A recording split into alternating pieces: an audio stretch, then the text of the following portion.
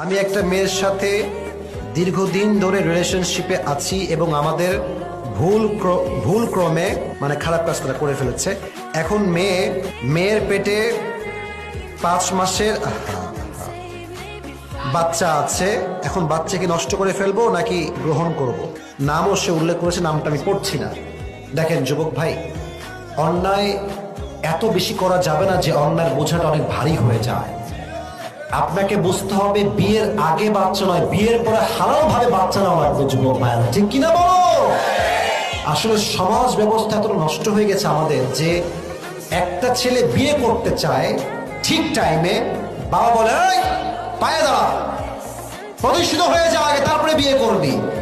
এই যুবক প্রতিষ্ঠিত হতে হতে বয়স হয় 20, 22, 23, 24, 25। সে কি করবে? এটা যৌনত জ্বালা আছে। এটা নষ্ট হতে হতে এমন পর্যায়ে যায় যে যুবকটা হারাম কাজ করলেও আর টের পায় না। যুবক ভাইরা, ঠিক কিনা বলো?